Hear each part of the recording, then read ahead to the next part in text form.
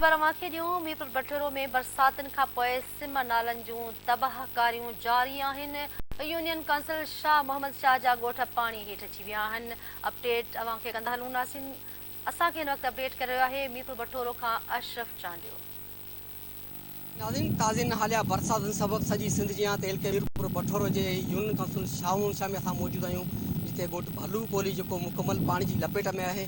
तॾहिं मां तव्हांखे ॿुधाईंदो हलां त हिते जेके 3R सुमनालो जेको आहे मुकमल जेको हुन घार हणी हिते फसल केतिरा हज़ार एकड़ ते बिछल फसल ॿोड़े छॾिया आहिनि। हिते ॻोठाणा जेके आहिनि पंहिंजी मदद पाण खे बंदि करे रहिया आहिनि। जॾहिं नाज़रीन तव्हांखे इहो बि ॿुधाईंदो हलां त हिते मुख़्तलिफ़ जेके यूनियन काउंसिल शाह जे ॻोठ जेके आहिनि, मुश्ताक चांडिवा, हाजी खमीसो चांडिवा, हाजी इसफ चांडिवा, साले दुरानी आहे, अहमद रहबर समेत समूरो जेको यूनियन काउंसिल शाह ॻोठ पाणी जी लपेट में आहिनि।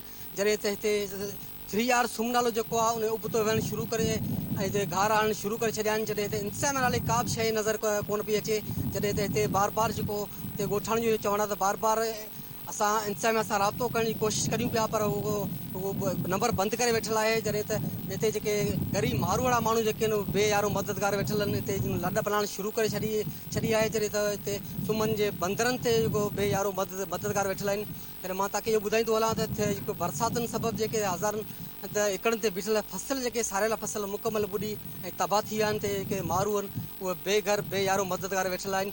ज़रूरत हिन ॻाल्हि जी आहे त गवर्नमेंट खे घुरिजे त हिनखे को टेंट ॾेई ऐं राशन ॾेई ऐं जेको हिते ग़रीब माण्हुनि खे जेको रिलीफ ॾिनो वञे। जी।